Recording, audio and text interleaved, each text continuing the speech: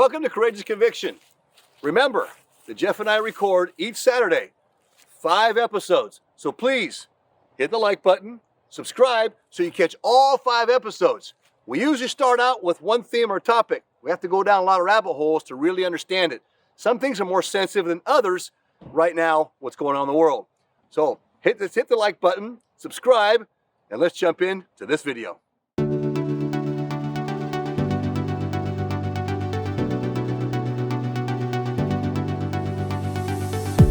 We can talk to people, but it's not the people right now that are actually pulling the strings.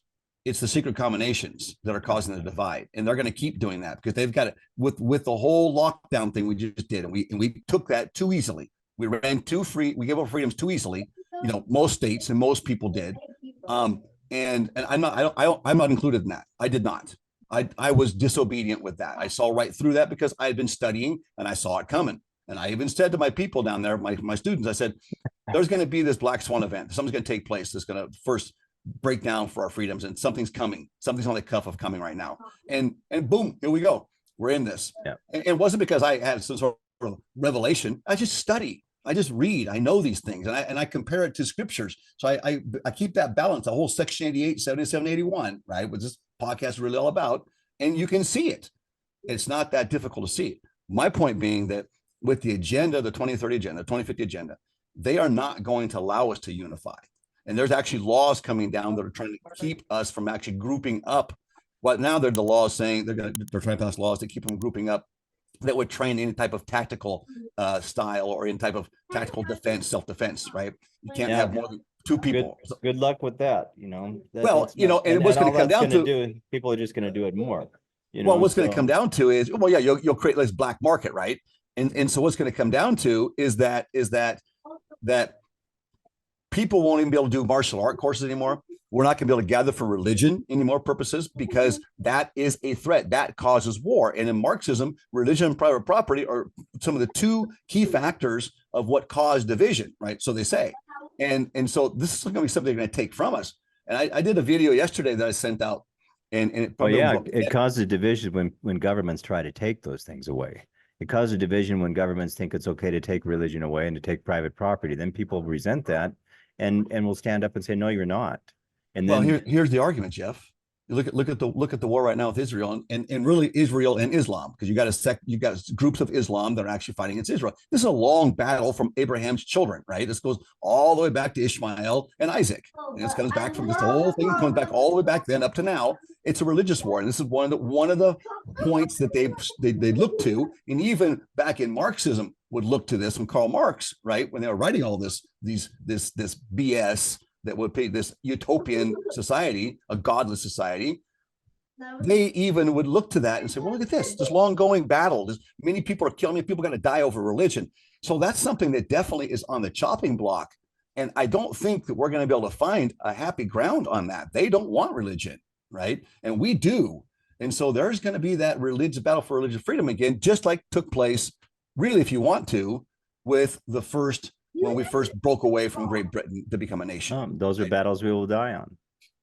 And I hope we don't have to get there. But I worry for my kids. And so I want to do something today. And that's what this podcast is about. And what can we do? We were watching Star Wars last night.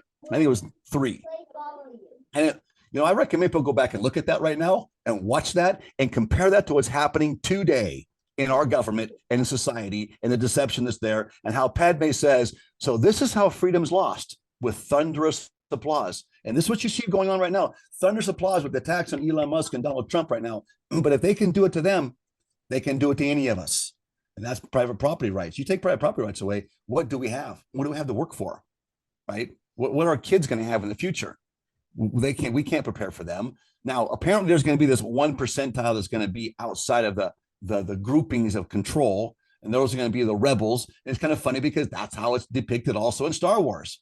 It's just kind of, you can look at that and you can look at the Jedi as basically the body of the priesthood, if you will. There's 15 in that council, right? There's a presidency, and then there's 12 others that form generally that Jedi Council. It's just kind of funny how you can compare that. And yet Hollywood, I've always felt Hollywood kind of projects things forward of what the agendas are. So when they get there, we start saying, hey, look at this. And people go, oh, you saw that in a movie. That's just a movie. You're just making that up. I really kind of think that's part of the strategy behind Hollywood. And I say that not from opinion. I say that because I've read some things, I got some empirical data that back that. And now we know that Hollywood really is part of this whole agenda, the majority of it, So, where our kids fit in here, Jeff, is this, our founding fathers stated the fact that they would give their lives today so that their children and grandchildren have freedom tomorrow. And I take that same stance. Now, I'm not saying we run out there and give our lives, but just by us doing a podcast that talks about this, don't think we're not on the radar with FBI. Don't think we're not. And I was listening to Tim Pool talk about last night. He said, you know what? Even I'm on this radar. We're just being tolerated right now. But the time's going to come where what's going to be issued. We're going to be taken out. Right? Well, let's just find ways to be vocal. Well, we're going to have to. We'll have to find ways. And that's just it. And that's what the blessing is, Jeff. And I think that's where we're going to get that blessing. Not that we won't find difficult times. Not that's going to be really, really tough for us. But if we stay faithful to the gospel, little by little by little, each step of the way, the Lord will reveal it to us. But that is going to come from individual revelation. Too many people, I think, with all due respect, are codependent on the church leaders. And they should not be. And Brigham, you've warned about that, right? We need to be developing, and the prophet even says over and over again, get on a covenant path and use the Spirit to guide you. And the Book of Mormon is going to be our survival manual going forward. Simple. If we don't do those things, you're right. And there's no way we can have peace in turmoil that's coming. I feel peaceful inside. I feel an urgency to get things put ready, to get my home in order, make some food storage and water, especially, is in order. And I feel an urgency that between now and November, I got to be at a certain point because I don't know what's going to happen in November, right? Some pivotal things could happen in November, or the status quo continues the same, which then it gives me a couple more years to get ready before complete invasions take place. Now, I'm going to say this. My friends that are here right now, we drove up the hill in the mountains, and we're driving around going to go to a job site, and his company, he was with me. And we're driving by all these houses that are just vacant. He said, wow, look at all these big, beautiful homes here. They're just vacant. I said, that's unreal. Where are these people at? I said, well, this is their second or third home. He thought to me, well, they couldn't fathom that. They fight just to get one home, right? He couldn't fathom that. And I thought to myself, that's the mentality that's going to occupy these Airbnbs, because that's what these all are Airbnbs. And I was listening to a podcast the other day saying, look, with this going down, how it's going down, Airbnb is going to come to an end very shortly, because these homes are left vacant and they're just going to walk in those homes and take them.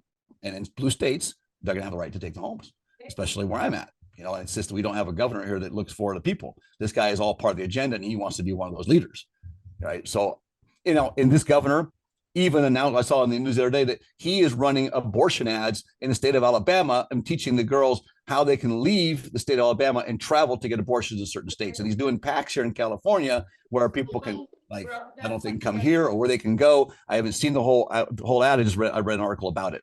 But, it's just that kind of reasons behind I'm saying we're going to have a hard time finding middle ground. And I don't think it's going to happen. I think it's going to be in Zion with people like-minded that want to support that Constitution. I think that's where the end is. Well, that's where the prophecy is, right?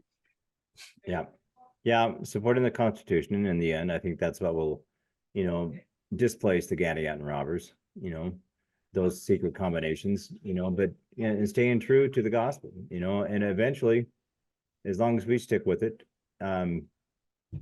we'll see others that will, and make those camaraderies.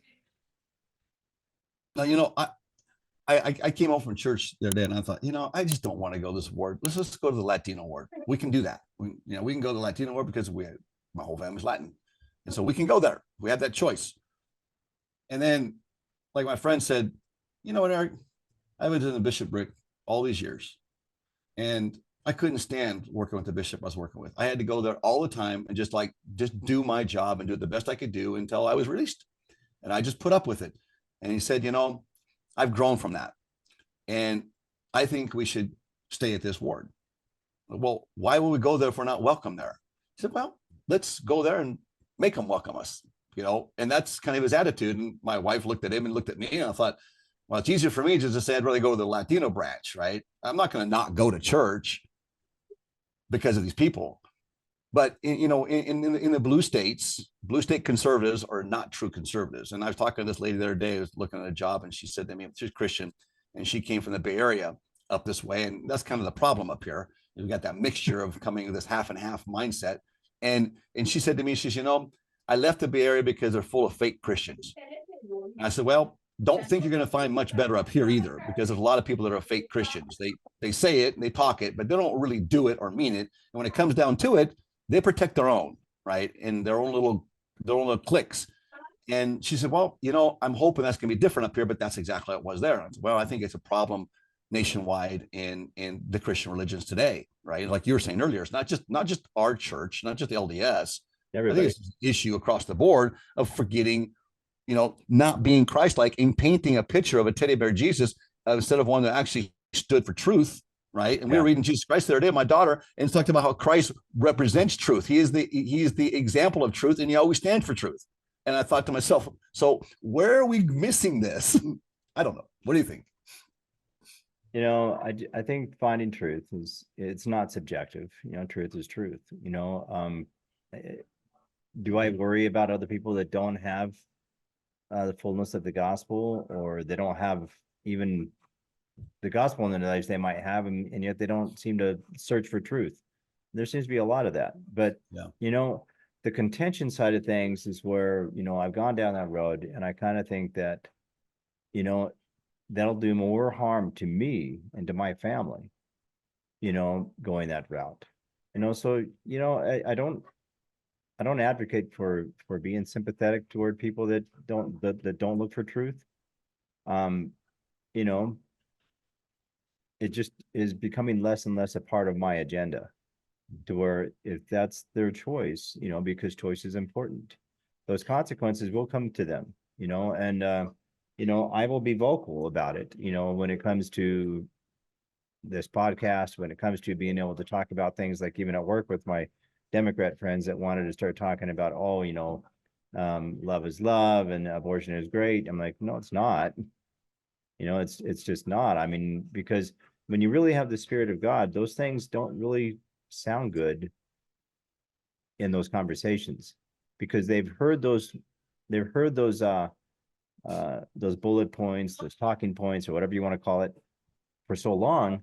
It just sounds good. You know, it sounded good to them then. And then when it comes out and actually becomes part of a conversation, and if you have the Spirit of God with you, those conversations get overwhelmed, you know, with what is really the truth, you know. And you know, crime is crime.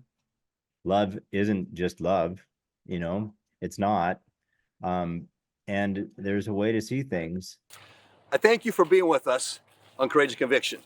Remember, there's 5 episodes each week that we put out. We have to go down a lot of rabbit holes, so stay with us, hit the thumbs up, subscribe, and don't miss tomorrow's episode on Courageous Conviction.